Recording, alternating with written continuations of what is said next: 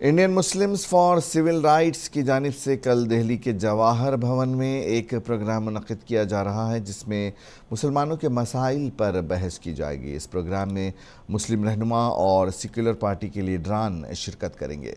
سابق M P محمد ادیب نے منصف ٹی وی سے بات کرتے ہوئے اس پروگرام کی تفصیلات بتائیں۔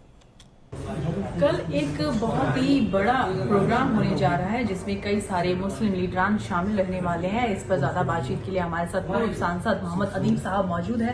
سر، سب سے پہلے آپ سے جاننا چاہیں گے کس طرح کا پروگرام ہے، کیا کچھ اس میں جو مدعے ہیں مسئلے ہیں وہ اٹھائے جائیں گے؟ دیکھیے، Indian Muslim for civil rights یہ ایک تنظیم بنی تھی آج سے 2 سال پہلے، جس کا مین مقصد یہ تھا کہ سمویدھان کو، آئین کو بچانا ہے، اور اس لیے تھا کہ ہم مسلمان اس آئین سے بندھے ہوئے ہیں۔ اس ملک میں جو بھی ناانصافیاں ہو رہی ہیں وہ سب النگھن ہے آئین کا۔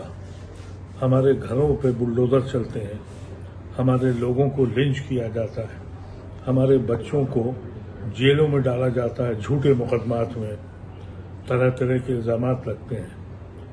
اس سب کی فکر کے لیے اس وقت آج سے 2 سال پہلے 19 مئی 2022 کو ہم لوگوں نے یہ پلیٹ فارم کریٹ کیا تھا، جس میں پورے ہندوستان کے مسلمان دانشور، پولیٹیشینز، بیوروکریٹس، ریٹائرڈ ججز اور فوج کے لوگ اکٹھے ہوئے سر جوڑ کے کہ ہم کو سمویدھان بچانا ہے، جبھی ہماری جان بچے گی۔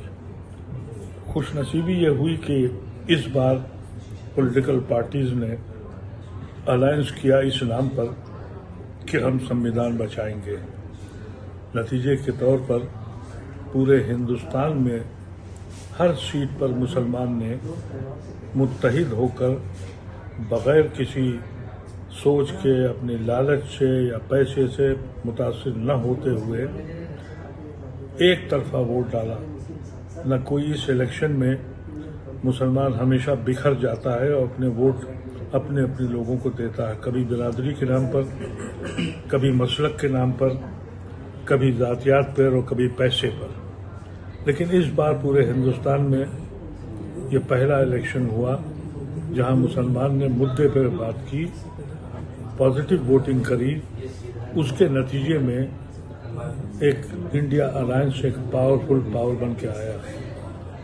یہ جو کل کی کانفرنس ہے، اس میں بھی پورے ہندوستان سے دانشور آ رہے ہیں، اور اس کے علاوہ الائنس کے پارٹنر جتنے بھی پارٹیاں ہیں ان سب کے پارٹنرز کوئی نہ کوئی ان کا لیڈر آ رہا ہے۔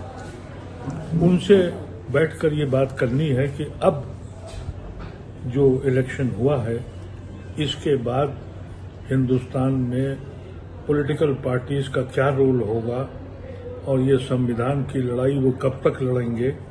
اگر وہ سمویدھان کی لڑائی لڑیں گے تو ہم دیوار کی طرح ان کے پیچھے کھڑے رہیں گے، اور ہم ان سے یہ ضرور کہیں گے کہ سمویدھان اگر آپ بچا رہے ہیں تو سمویدھان ہم کو بھی ایک حق دیتا ہے برابری کا، وہ کیوں نہیں مل رہا ہے۔ اس موضوع پر بہت اہم گفتگو ہے جس میں پورے ہندوستان کے لوگ آئیں گے۔